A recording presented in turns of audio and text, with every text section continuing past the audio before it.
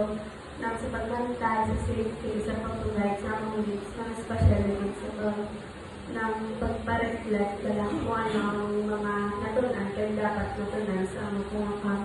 Pasalamat po po sa pag-provide sa amin financially sa 5 days yung kamukad sa 4 nights.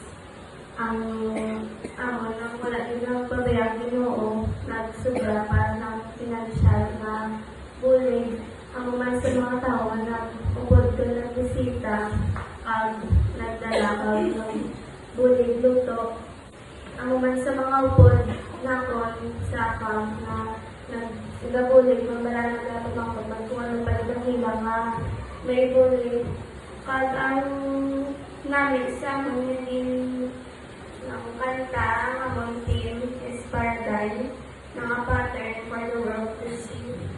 Ang sa mga camp team na kanta, ang sabihan example, ang pinaka-challenge, sabihan sa chorus na for those behind us, let us stand within the gap and make a difference in our lives. Nang kahapos, sa basahon, pero ang isa ang pinakabudlay ng panindigan sa Christian kung paano mo pakita sa iban ang kinalain sa Kristohanon, hindi Kristohanon. Kaya kung sa hamba lang, pwede mong ipapakita na mayo ka sa hambal, pero kung sa gawin, kabudlay ng panindugan na kinangan dapat lain kasi hindi Kristohanon. Pagsamo yung third night, parehas ng second share dahil sa actual shape community. Ang number 1, hindi prepare ng topic ni Pastor ang sa reflect humility. Kung bakit tayo humility, ang mga sa healthy foundation of relationship. Budlay na sa i-put to actions na ay siyempre may mga personal na mga prinsipyo ng kabudlay kung i-correct sa tao nga may harap ka man nga own principle mo.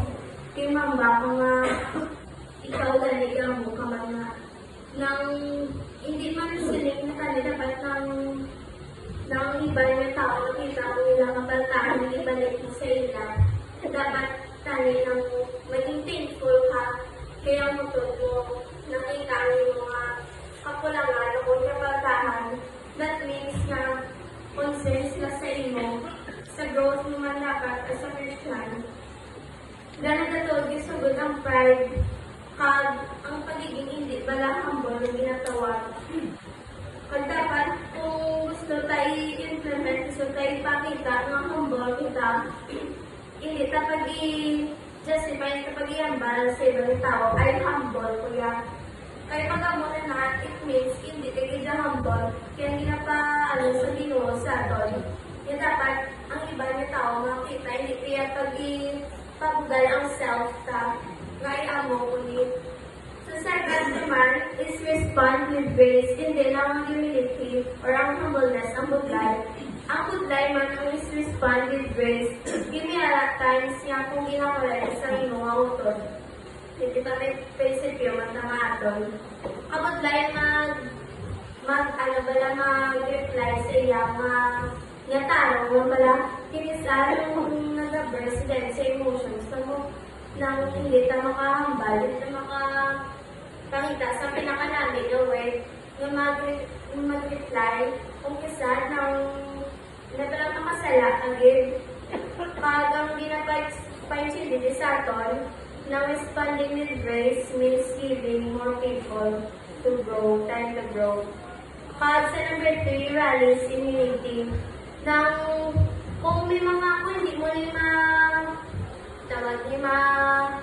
kung naka-feel ka sa reflect sa humility, pag-respond sa grace, di ang maguba na ng unity sa simbahan mo. Pag sa number 4, represent with purpose. Nang tinangan naman mag-go and make disciples, pero dapat nang ipakita tayo ang gap na ikinahambal sa chorus ang beyond example, you need to make a difference in our lives.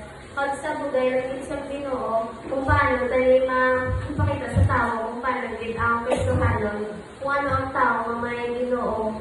At sa pag-close sa mga testimony, nakatunan din na Panginoon din ng pa-thank you sa talaga nagbulit hindi lang sa financial needs, kundi sa pag-pray man, sa pag-bulit ng kamusta sa amon kung gaano na kami to, at sa talaga niya nagadugdog sa amon, at sa talaga yung Diyos sa Ginoo. Napasalamat.